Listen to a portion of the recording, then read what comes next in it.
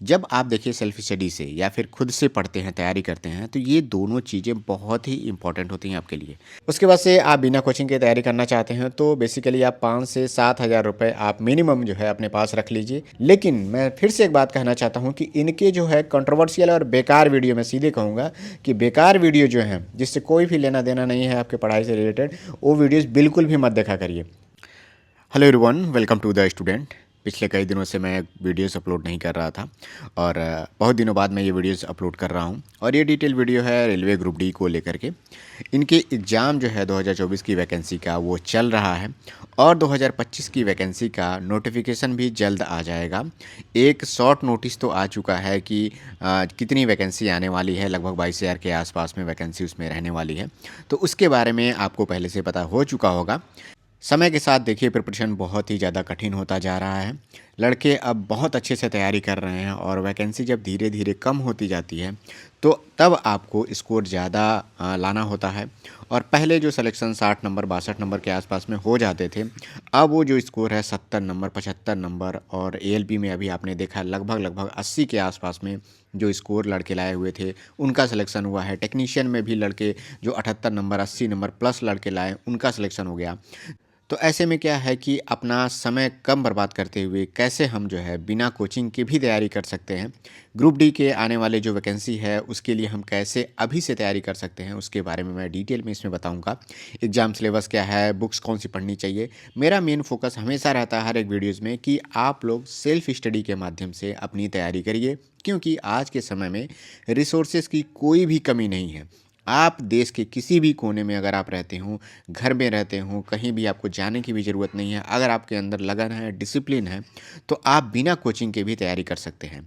उन सब चीज़ों के बारे में मैं इस वीडियो में बताऊंगा। कैसे अगर आप ये स्टेप फॉलो करते हैं तो कहीं भी आपको जाने की ज़रूरत नहीं पड़ेगी और एक डिसिप्लिन के माध्यम से आप अपनी तैयारी पूरी कर सकते हैं। मैंने इसमें पहले ही लाइन में लिख दिया हुआ है कि रेलवे ग्रुप डी में अगर आपको 75 प्लस स्कोर करना है तो ये कैसे आपका हो पाएगा, कैसे आप तैयारी करेंगे और कैसे लोग जो है बिना कोचिंग की तैयारी इस समय कर रहे हैं। क्योंकि बहुत सारे लड़के ऐसे हैं जो हमसे जुड़े हुए हैं, जिन्होंने एलपी की तैयारी की और बहुत सारे कोर्सेस उन्होंने ख़रीदे भी। कुछ लोगों ने तो बिना कोर्स ख़रीदे भी फ्री मटेरियल से भी उन लोगों ने तैयारी की और उन्होंने अच्छा स्कोर पा लिया है। तो आखिर में वो कैसे करते हैं? मैंने खुद जो है अपनी प्रिपरेशन बिना किसी का कोर्स लिए हुए खुद सेल्फ स्टडी से ही मैंने अपना एग्ज़ाम क्लियर किया हुआ है। तो एग्ज़ाम का सिलेबस और पैटर्न तो बहुत ही सिंपल है, यहाँ पे सबको समझ में भी आ जाएगा। जनरल साइंस के 25 क्वेश्चन रहेंगे, मैथमेटिक्स के 25 क्वेश्चन रहेंगे, रीजनिंग के 30 क्वेश्चन रहेंगे और जीए अर्थात जनरल अवेयरनेस और करंट अफेयर्स के 20 क्वेश्चन रहेंगे। तो समझ जाइए कि हर एक एग्जाम में आपको 75 प्लस नंबर लाने के लिए कोई भी पोर्शन आपको छोड़ना नहीं पड़ेगा। कोई भी पोर्शन अगर आपका वीक है तो 75 प्लस नंबर 80 नंबर के आसपास में लाने के लिए बहुत मेहनत आपको करनी पड़ेगी। क्योंकि देखिए अगर आपको 75 प्लस स्कोर करना है तो आपका अटेम्प्ट भी कम से कम 85 प्लस होना चाहिए। क्योंकि जनरली लड़कों की जो गलती है, अगर बहुत ही एक्यूरेसी के साथ वो पेपर कर रहा है तो उसके कम से कम 6 से 7 क्वेश्चन मिनिमम आप उसके गलत हो जाते हैं। सिली मिस्टेक के कारण या फिर कुछ कन्फ्यूजन के कारण ऐसे गलती होती है। तो 6-7 क्वेश्चन अगर आपके गलत होते हैं तो आपके नंबर 76-77 के आसपास में चला जाता है। तो इसके लिए 85 प्लस अटेम्प्ट करने के लिए आपको सारा पोर्शन आपको पढ़ना पड़ेगा, सभी को स्ट्रांग बनाना पड़ेगा। अब आते हैं दूसरा जो इम्पोर्टेंट पॉइंट है, आपके पास इम्पोर्टेंट बुक्स क्या होना चाहिए। बेसिकली अगर आप शुरुआत कर रहे हैं तो किन किन बुक से अभी आपको शुरुआत करनी चाहिए। मैथमेटिक्स का आपके पास एक बुक होना चाहिए, रीजनिंग की एक बुक होनी चाहिए, साइंस के लिए आपका एनसीईआरटी का पीडीएफ रखें आप या फिर बुक खरीद लें। हालांकि पीडीएफ से अगर आप पढ़ते हैं तो बहुत अच्छी बात है, क्योंकि सभी एनसीईआरटी को अगर आप खरीदेंगे तो ज़्यादा महंगा पड़ेगा। लेकिन अगर आप खरीदना चाहते हैं, कई लड़के ऐसे होते हैं जो हार्ड कॉपी में पढ़ना पसंद करते हैं, तो एनसीईआरटी में क्लास 9th का और 10th का जो साइंस का पोर्शन है, साइंस, उसको आप परचेज कर सकते हैं। एनसीईआरटी लूसेंट सभी के पास होगा, जो लोग भी तैयारी करना शुरू करते हैं उनके पास तो ये बुक होती है। तो लूसेंट में देखिए जीके के भी बुक आती है, जनरल साइंस की भी बुक आती है। तो आप ये दोनों जो है बुक आप परचेज करके रख लीजिए। जिस भी लैंग्वेज में आप पढ़ने में सुविधा महसूस करते हैं वो लैंग्वेज ही आप प्रेफर करिए। करंट अफेयर्स के लिए आपको मंथली मैगजीन आपको खरीदना चाहिए।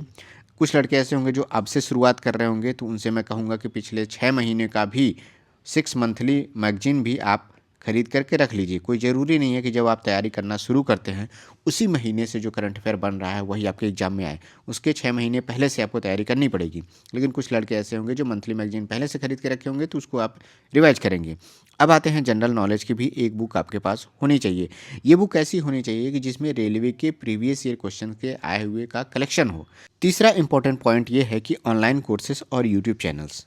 जब आप देखिए सेल्फ स्टडी से या फिर खुद से पढ़ते हैं, तैयारी करते हैं, तो ये दोनों चीज़ें बहुत ही इम्पोर्टेंट होती हैं आपके लिए। ऑनलाइन कोर्स अगर आप ले रहे हैं, तो मैं सभी से यही सजेस्ट करता हूँ। देखिए बहुत सारे टीचर्स ऐसे होते हैं जो पूरा बैच प्रोवाइड करते हैं। मतलब क्या है कि वो हर एक सब्जेक्ट को उसमें पढ़ाने की कोशिश करते हैं। लेकिन हर एक जो टीचर होता है, जो अपना कोर्स बेच रहे हैं, उनके सभी सब्जेक्ट उतने स्ट्रांग नहीं होते हैं। क्योंकि वो अपनी फेस वैल्यू के साथ सारा कोर्स बेचते हैं, और उनका जो वो खुद पढ़ाते हैं वो सब्जेक्ट तो अच्छा होता है, लेकिन उसके अलावा जैसे कोई मैथमेटिक्स में अच्छा है और वो बैच का प्रमोशन कर रहे हैं, तो मैथमेटिक्स उनका तो अच्छा रहेगा। हो सकता है कोई एक सब्जेक्ट और अच्छा रहे, लेकिन बाकी सब्जेक्ट में उतना मज़ा नहीं आता है जितना वो अच्छे से मैथमेटिक्स पढ़ाते हैं। 200-400-500 एक्स्ट्रा लग जाए, लेकिन आप सब्जेक्ट वाइज जो है कोर्स लिया करिए। सेल्फ स्टडी के लिए सबसे ज़रूरी चीज़ है वो है बुक्स। जिनके भी पास बुक्स नहीं है वो लोग अग्रवाल पब्लिकेशन का मैथमेटिक्स का, जीके जीएस का और रीजनिंग का जो बुक है वो आप देख सकते हैं। ये बहुत ही अच्छी बुक्स है। मैथमेटिक्स के जो बुक्स हैं इसमें बहुत ही अच्छे से टॉपिक वाइज करके इसमें डिटेल में एक्सप्लेनेशन करके दिया हुआ है कि सारी चीज़ों को कैसे सॉल्व करना है। इसमें आप देखेंगे कि हर एक चैप्टर के जितने भी टाइप के क्वेश्चन हैं वो सारा चीज़ इसमें एक्सप्लेन करके दिया हुआ है। जो भी आप चैप्टर इसमें ओपन करते हैं, सबसे पहले अच्छी बात है इसमें कि एग्जाम्पल के माध्यम से कि कैसे इस क्वेश्चन को, इस टाइप के क्वेश्चंस को शॉर्ट ट्रिक के माध्यम से कैसे इसको सॉल्व करना है, ये सारी चीज़ें इसमें पहले एग्जाम्पल के माध्यम से समझाया गया है। उसके बाद से आपको सॉल्व करने के लिए यहाँ पे एक्सरसाइज दिए हुए हैं। सेल्फ स्टडी के माध्यम से जब आप पढ़ते हैं तो एग्जाम्पल, उसमें जितने टाइप के क्वेश्चन हैं कैसे उसको सॉल्व करना चाहिए, वो सारी चीज़ें देखना बहुत ज़रूरी होता है। इसी तरह से आपका रीजनिंग का बुक है, इसमें भी अलग अलग चैप्टर्स हैं। सभी चैप्टर किस किस आधारित के क्वेश्चन बनते हैं, उस चैप्टर में कितने टाइप के क्वेश्चन होते हैं, टाइप वाइज करके इसमें दिया हुआ है। हिंदी और इंग्लिश दोनों में ये बुक्स अवेलेबल है, तो आप इसको भी ले सकते हैं। इसी तरह से जीके के बुक्स में भी हर एक चैप्टर को टॉपिक वाइज करके इसमें दिया हुआ है। सबसे पहले आप इसमें सिलेबस भी देख सकते हैं आसानी से कि क्या क्या सिलेबस आपको जीके में पढ़ना होता है। और जब इसका चैप्टर खोलेंगे तो उस चैप्टर में भी हर एक टॉपिक को बहुत ही शॉर्ट नोट्स के माध्यम से बताया गया है। उसको अलग से छांट करके यहाँ पे लिख करके रखा हुआ है। तो अगर आपको नोट्स बनाना है तो आप इससे भी चाहें तो नोट्स बना सकते हैं, लेकिन एज ए रिवीजन करना अगर आप चाहते हैं तो इससे आप रिवीजन भी कर सकते हैं, नोट्स भी बना सकते हैं। और इस बुक में भी आप चाहे तो इंपॉर्टेंट पॉइंट्स को अंडरलाइन करके आप आसानी से पढ़ सकते हैं। ये तीनों बुक बहुत ही अच्छी बुक है। आप मार्केट से लेना चाहते हैं तो आप जाकर के शॉप पे भी ले सकते हैं। ऑनलाइन लेना चाहते हैं तो इसका लिंक मैं नीचे आपको डिस्क्रिप्शन में दे रहा हूँ, वहाँ जाकर के आप ऑनलाइन इसे परचेज कर सकते हैं। इसके अलावा जो ऑप्शन है सभी के सामने वो है यूट्यूब चैनल्स। अब देखिए किसी के पास उतना जो इनकम नहीं है, अगर वो उतना इकोनॉमिकली स्ट्रांग नहीं है, अगर वो किसी का ऑनलाइन कोर्स नहीं ले पाते हैं, तो उनके लिए सबसे अच्छा साधन है यूट्यूब। यूट्यूब पे रेलवे के ग्रुप डी के एग्ज़ाम हो गया, एलपी के एग्ज़ाम हो गए, एनटीपीसी जो भी एग्ज़ाम है, सभी का जो सिलेबस है, जो भी सिलेबस में पूछा जाता है, वो सारे टॉपिक आपको यूट्यूब पे कहीं ना कहीं आपको फ्री में देखने को मिल जाएगा। इसके लिए बस आपको थोड़ा सा क्या करना पड़ता है, इसमें मेहनत करनी पड़ती है कि अलग अलग प्लेलिस्ट आपको ढूंढनी पड़ती है। 2-3 टीचर्स के वीडियोज़ आपको देखने पड़ते हैं, उसमें से जो बेहतर लगता है उसे आप कंटिन्यू करते हैं। इसमें थोड़ा सा आपका टाइम लगता है, लेकिन आप इसमें अपने पैसे बचा सकते हैं और सारे जो कोर्स हैं वो आप उसको देख सकते हैं यूट्यूब पे। इसमें आपको काम करना क्या होता है कि सबसे पहले जो आपके सिलेबस लिखे होते हैं उसको जो है टॉपिक वाइज लिख लीजिए, और टॉपिक वाइज वीडियो जो है आपको देखना है यूट्यूब से, नोट्स बनाना है। कोई भी कोर्स आपको इसके अलावा आपको लेने की ज़रूरत नहीं पड़ेगी। अब ये टॉपिक कहाँ से आपको चूज करना होता है, ये कैसे आपको पता चलेगा कि कौन से टॉपिक से रिलेटेड हमें वीडियोस देखने हैं। इसके लिए आपको क्या करना होता है, प्रीवियस ईयर क्वेश्चंस आप जब सॉल्व करेंगे, अगर आप 7-8 प्रीवियस क्वेश्चन आप देख लिए जो पेपर्स हैं, उसमें आप समझ जाएंगे कि किस किस टॉपिक से रिलेटेड साइंस में क्वेश्चन पूछे जा रहे हैं, कौन से टॉपिक से मैथ में क्वेश्चन पूछे जा रहे हैं, किस टॉपिक पे ज़्यादा डिफ़िकल्ट क्वेश्चन आ रहे हैं, किस में ज़्यादा क्वेश्चन पूछे जा रहे हैं। ये सारा चीज़ आपको प्रीवियस ईयर क्वेश्चन पेपर से आपको देखने को मिल जाता है। 4th नंबर का जो पॉइंट है वो है हमारा नोट्स। नोट्स बहुत सारे ऐसे होते हैं, लड़के जो दूसरे के बनाए हुए नोट्स से ज़्यादातर पढ़ते हैं, लेकिन ये तरीका उतना सही नहीं है। हालांकि अगर आपके पास समय कम है तो आप दूसरे के बनाए हुए नोट्स से पढ़ सकते हैं, लेकिन जब आप अपनी तैयारी की शुरुआत कर रहे हैं और आपको कोई भी आइडिया नहीं रहता है, सिलेबस बहुत लंबा रहता है और आप बेसिक से पढ़ना चाहते हैं, तो आप कोशिश ये करिए कि खुद का नोट्स बनाइए। अगर आप खुद का नोट्स बनाते हैं तो हो सकता है कि जो पॉइंट्स आपको नहीं पता हैं उसको आप बढ़िया से हाईलाइट करके लिखते हैं, जो पॉइंट आपको पता होते हैं वो आप उसमें स्किप कर देते हैं, उसको नहीं लिखते हैं। तो इससे क्या होता है कि नोट्स आपका शॉर्ट बनता है और जो चीज़ें उसमें लिखी रहती हैं वो आपके लिए ही ज़रूरी होती हैं। नेक्स्ट पॉइंट इसमें है कि हमारा कि शॉर्ट नोट्स अगर बनाते हैं तो आप अपने टेबल के आसपास में कोई, अगर मान लीजिए कोई इंपॉर्टेंट पॉइंट्स आपने लिखा है, फॉर्मूला लिखा है, तो आप अपने टेबल के आसपास में उसे चिपका भी सकते हैं, जिससे आपका ध्यान बार बार उस पे जाएगा तो आपका वो आसानी से वो याद भी हो जाएगा। इसके बाद से आते हैं 5th नंबर का जो पॉइंट है हमारा बहुत इंपॉर्टेंट है, वो है टेस्ट सीरीज। जनरली क्या होता है कि बहुत सारे लड़के ऐसे होते हैं, तैयारी तो बहुत करते हैं लेकिन टेस्ट सीरीज देने से डरते हैं। ये बहुत ही बड़ा फ़ियर होता है लोगों के अंदर कि पता नहीं मेरा नंबर कितना आएगा, और मैं जब तैयारी अपनी 100% कर लूँगा तब मैं टेस्ट सीरीज़ देना शुरू करूँगा। अभी मैंने 2 ही 3 चैप्टर पढ़े हुए हैं तो मुझे टेस्ट सीरीज़ नहीं देना चाहिए, क्योंकि अगर 100 क्वेश्चन का टेस्ट सीरीज़ रहेगा तो उसमें मेरे 20 नंबर आएंगे, 40 नंबर आ पाएंगे। तो उसमें उन्हें डर सा फील होता है और वो टेस्ट सीरीज़ देने से डरते हैं। ये बहुत ही गलत तरीका है।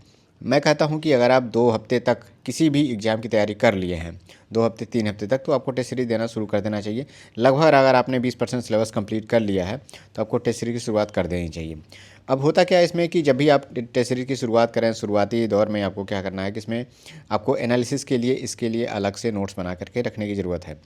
क्योंकि टेस्ट सीरीज़ में जो चीज़ें आती हैं वो ज़्यादातर जो एग्जामिनर है इंपॉर्टेंट पॉइंट्स को ही उसमें कवर करता है और बार बार उसे रिपीट होने के पॉसिबिलिटी बनती है। तो उस नोट से अगर आप रिवाइज करेंगे तो फ्यूचर में भी अगर वही क्वेश्चन दोबारा रिपीट होगा तो आपका वो सही हो जाएगा।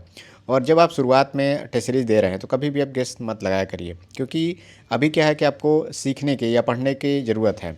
तो उस समय अगर आप गेस लगा देते हैं तो आपको लगता है कि ये मुझे क्वेश्चन आ रहा था और मैं इसे दोबारा नहीं पढ़ूंगा, तो ये गेस लगाने से वो क्वेश्चन सही तो हो जाता है लेकिन एग्जाम में वो कन्फ्यूजन क्रिएट करता है, क्योंकि आपने केवल तुक्का लगा करके शुरुआत में आपने सही किया और उसको अच्छे से रिवाइज नहीं किया। नेक्स्ट है हमारा 6 नंबर का पॉइंट है जो कि कंसिस्टेंसी, जो कि बहुत ही इंपॉर्टेंट है। अगर आप डिसिप्लिन वे में प्रिपरेशन नहीं कर रहे हैं तो आप बड़े एग्जाम की बात छोड़िए, आप ग्रुप डी का भी एग्ज़ाम क्लियर नहीं कर पाएंगे। ये सारे पॉइंट्स तो आपको पहले से पता होंगे, लेकिन जो मेन पॉइंट है कि बिना कोचिंग के कैसे तैयारी करनी है, इसके बारे में कुछ पॉइंट्स यहाँ पे बताना चाहता हूँ कि जो बहुत सारे ऐसे लड़के हैं जो कोचिंग के लिए फ़ीस अफोर्ड नहीं कर सकते हैं। ऑनलाइन कोचिंग जो है वो थोड़ी सी सस्ती है, लेकिन अगर आप कहीं पे जा कर के कोचिंग करना चाहते हैं वो काफ़ी ज़्यादा आज के समय में महंगा हो गया है। अभी देखिए क्या है कि सबसे पहला जो पॉइंट है इसमें कि अगर आप बिना कोचिंग के तैयारी करना चाहते हैं तो कभी भी आप घर से दूर जा कर के प्रिपरेशन मत करिए। अगर आपको बिना कोचिंग के जाना है तो कुछ लड़के ऐसे होते हैं जिनका घर बहुत दूर है और जो मेजर सिटी हैं जहाँ पे प्रिपरेशन होती है, जैसे मान लीजिए पटना में होती है, दिल्ली में होती है और इलाहाबाद में तैयारी करते हैं लोग, लखनऊ में तैयारी करते हैं लोग।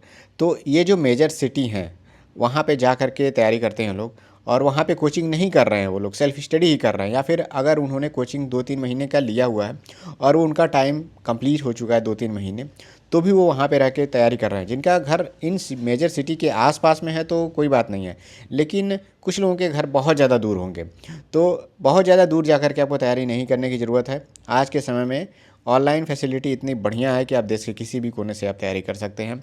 तो कभी भी अगर आपको कोचिंग नहीं करना है तो घर से बहुत ज़्यादा दूर नहीं जाने की ज़रूरत है। अगर घर पे आपकी पढ़ाई नहीं हो पाती है तो अपने घर के आसपास में ही किसी सबसे नज़दीक कस्बे में भी आप एक बहुत ही सस्ते में अगर आप रूम ले करके या प्रिपरेशन करना चाहते हैं तो वहाँ से आप करिए, जिससे कम से कम घर से आने जाने में आपको असुविधा ना हो, टाइम आपका वेस्ट ना हो और जो भी बेसिक नीड की ज़रूरतें हैं वो आसानी से आपके पास पहुँच सकें। बस आपको वहाँ पे आइसोलेशन मिलता है, शांत इन्वायरमेंट मिलता है, कोई डिस्टर्ब नहीं करता है, तो इसके लिए आपको बहुत ज़्यादा दूर जाने की ज़रूरत नहीं है। उसके बाद से आप बिना कोचिंग के तैयारी करना चाहते हैं तो बेसिकली आप 5 से 7 हज़ार रुपये आप मिनिमम जो है अपने पास रख लीजिए। क्या क्या चीज़ें आपको लेनी है स्टार्टिंग में आपको मैं बता देता हूँ। सबसे पहले देखिए कम से कम 2 से ढाई हज़ार रुपये आपको जो है बुक्स पे खर्च करना पड़ेगा, क्योंकि अगर आप बिना कोचिंग की तैयारी कर रहे हैं तो आपको किताबें जो है बहुत इंपॉर्टेंट रोल प्ले करने वाली हैं। तो किताबें जितना ज़्यादा होंगी उतना ज़्यादा आप पढ़ पाएंगे। तो 2 से ढाई हज़ार की किताबें अगर आप परचेज करते हैं तो आपका ग्रुप डी भी इसमें कवर हो जाएगा। एनटीपीसी की तैयारी करते हैं वो भी इसमें हो जाती हैं। एलपी की तैयारी करते हैं वो भी इसमें ही हो जाएगा, क्योंकि 70% से 80% जो बुक्स होती हैं वो कॉमन होती हैं। 2-3 बुक ऐसी रहती हैं जो अलग अलग एग्ज़ाम के लिए अलग अलग रहता है। जैसे जेई की बुक्स रहेगी, उसमें टेक्निकल आपको लेना होगा। एलपी में टेक्निकल का एक बुक होगा, बाकी बेसिक साइंस एंड इंजीनियरिंग का होगा। बाकी एनटीपीसी, ग्रुप डी, सीबीटी 1 के जो पेपर्स हैं उनमें तो सभी का सिलेबस नियरली सेम है, तो वो सारी किताबें तो आपकी कॉमन रहती हैं। उसके बाद से 500 का आपको कम से कम एक टेस्ट सीरीज लेना होगा। नेक्स्ट हमारा पॉइंट है कि कम से कम 1000 के आसपास में आपको किसी भी 2 टीचर के सब्जेक्ट के जो आपको कोर्स हैं वो लेने होंगे। बहुत से लोग ऐसे हैं जिनका बेसिक उतना स्ट्रांग नहीं है और उन्होंने कभी तैयारी नहीं की है, तो मैं उनको ज़रूर रिकमेंड करूँगा कि आप किसी न किसी का कोर्स ज़रूर ले लीजिए। अगर उनको लगता है कि कोई कंबाइंड बैच भी मिल रहा है जिसमें सभी सब्जेक्ट पढ़ाए जाते हैं, तो उनका भी आप अगर शुरुआत कर रहे हैं तो आप उनका भी बैच ले सकते हैं। तो आज के समय में 1000 बहुत होगा, तो 1 से 2 कोचिंग का अगर आप लेना चाहेंगे तो बहुत सारे लोग ऐसे हैं 500 रुपये में, 600 रुपये में भी अपना कोर्स सेल कर रहे हैं। तो इस हिसाब से आप किसी भी 2 टीचर का ले सकते हैं, 2 सब्जेक्ट का ले सकते हैं। मिनिमम आपका 1000 रुपये इसमें भी आपका जाने वाला है। उसके बाद से 1000 रुपये मैंने लिया है मंथली मैगजीन को लेकर के। देखिए 1000 इसमें मैंने इसलिए लिया हुआ है कि हर महीने का जो मैगजीन है 100 रुपये 150 रुपये के आसपास में रहने वाला है। तो आप अगर 6-7 महीने 8 महीने अगर लगातार आप तैयारी कर रहे हैं तो उसमें 1000 से 1100 के आसपास में आपका मंथली मैगजीन पे जाने वाला है। तो ये टोटल जो एक्सपेंडिचर है, आपका खर्च है टोटल 5000 से लेकर के 7000 में आपका पूरा जो है जो रिसोर्सेस है आपका वो कंप्लीट हो जाएगा।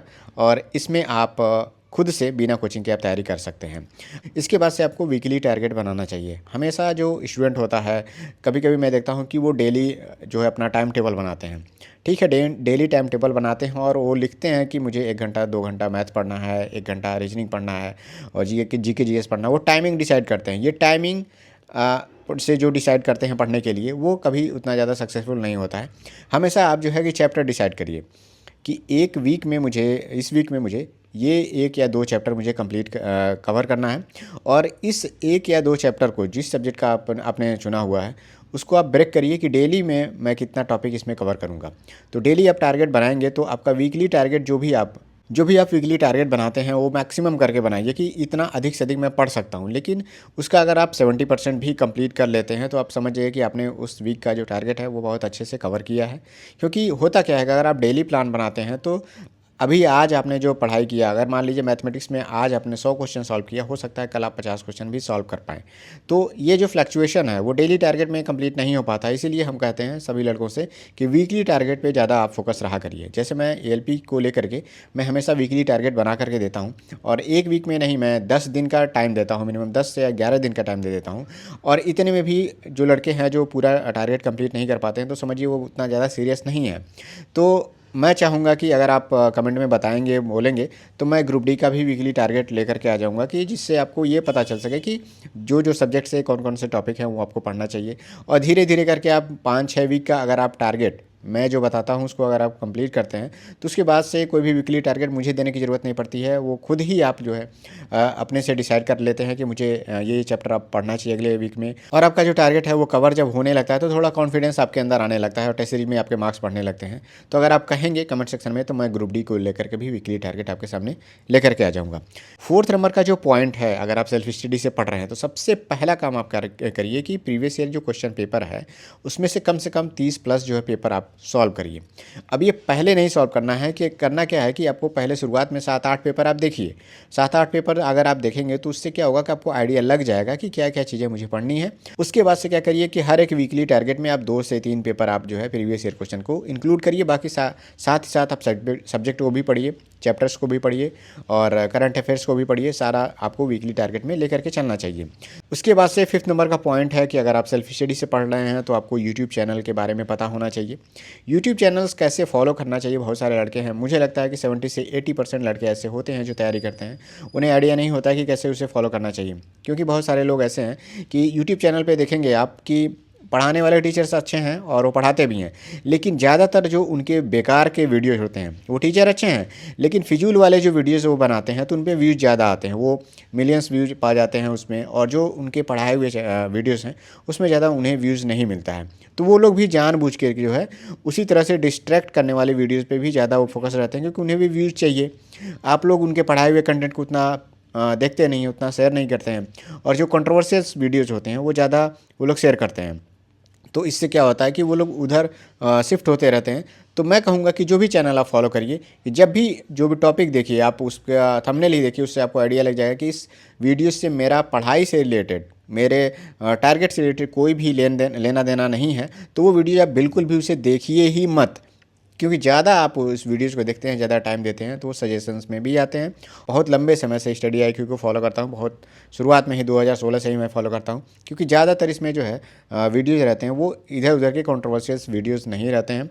खान सर के आप वीडियोज़ फॉलो कर सकते हैं, अभिनय मैथ्स के वीडियोज़ फॉलो कर सकते हैं। मैथमेटिक्स में बहुत सारे टीचर्स हैं, उनके वीडियोज़ आप देख सकते हैं, राकेश यादव हो गया और ये लोग। लेकिन मैं पिछले 1-2 सालों से ये मैं देख रहा हूँ कि ये लोग भी ज़्यादातर जो है कंट्रोवर्शियल वाले जो वीडियोज़ होते हैं, स्ट्राइक्स और ये सारी चीज़ें को लेकर के ये लोग वीडियोज़ बनाते हैं। हालांकि वो स्टूडेंट के हित में जो चीज़ें बनाते हैं ठीक है, लेकिन जब आप सेल्फ स्टडी कर रहे हैं तो आप इनके पढ़ाए हुए जो वीडियोज़ हैं, जो सब्जेक्ट से रिलेटेड हैं, उसको आप ध्यान में रख करके देखा करिए।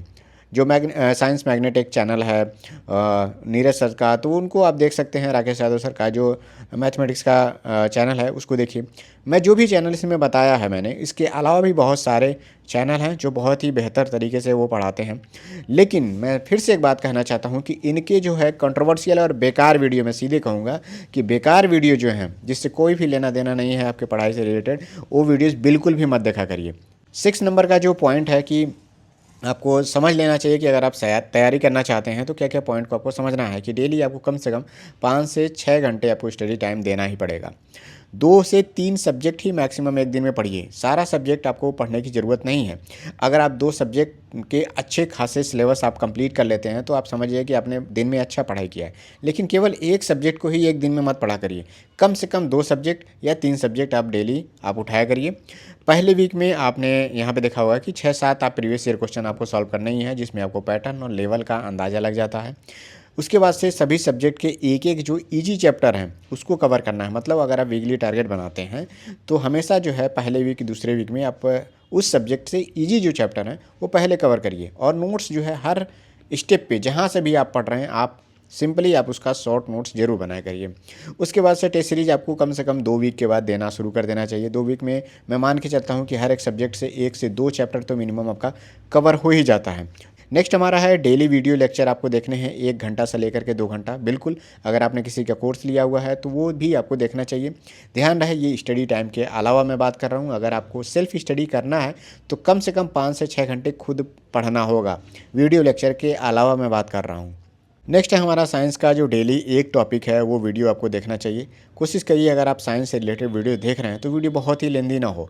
एनसीईआरटी भी पढ़िए। 1 वीक में 1 मंथ का करंट अफेयर आपको कंप्लीट करना है। ये बहुत ज़रूरी है कि जो भी वीक आप टारगेट कंप्लीट कर रहे हैं उसमें 1 मंथ का जो करंट अफेयर है उसको लिख करके रखिए, और उससे जब नोट्स बनाइए तो 1 मंथ का अगर आप करंट अफेयर का नोट्स बना रहे हैं 2 पेज से लेकर के 3 पेज मैक्सिमम, इससे ज़्यादा का वो वीक मतलब उस मंथ का करंट अफेयर नहीं होना चाहिए। जो भी चीज़ें मैंने इसमें बताया है ग्रुप डी को लेकर के, अगर आप ग्रुप डी की तैयारी कर रहे हैं या फिर किसी भी एग्जाम की अगर आप तैयारी कर रहे हैं, अगर आप बिना कोचिंग की तैयारी करना चाहते हैं तो जो चीज़ें मैंने बताया है उसको आप करिए। आपका स्कोर 75+ जो है सेल्फ स्टडी से भी हो जाएगा। बहुत सारे लड़के हैं जो सेल्फ स्टडी से भी अपना सिलेक्शन ले रहे हैं, और आज के समय में ऑनलाइन स्टडी मटेरियल इतना बेहतर तरीके से आपको मिलने लगा है कि आप देश के किसी भी कोने में अगर आप हैं तो आपको तैयारी करने में कोई भी असुविधा नहीं होगी, आप आसानी से तैयारी कर सकते हैं। अगर आपने वीडियोस को यहाँ तक देखा है तो आप लोग द स्टूडेंट चैनल पर बने रहिए, चैनल को ज़रूर सब्सक्राइब करिए, और वीडियो को हो सके तो अपने दोस्तों में या ग्रुप्स में ज़रूर शेयर करिए। बाकी मैं और भी ग्रुप डी से रिलेटेड अगर आप चाहते हैं वीकली स्टडी प्लान तो मैं उसको ज़रूर लेकर के आऊँगा। आप कमेंट सेक्शन में ज़रूर अपना रिस्पॉन्स दीजिएगा। टेलीग्राम ग्रुप को भी जा करके ज्वाइन कर लीजिए, द स्टूडेंट ऑफिशियल नाम से है। लिंक सारे मैंने आपको नीचे डिस्क्रिप्शन में आपको दे दिया है। मिलते हैं नेक्स्ट वीडियो में। Thank you, all the best.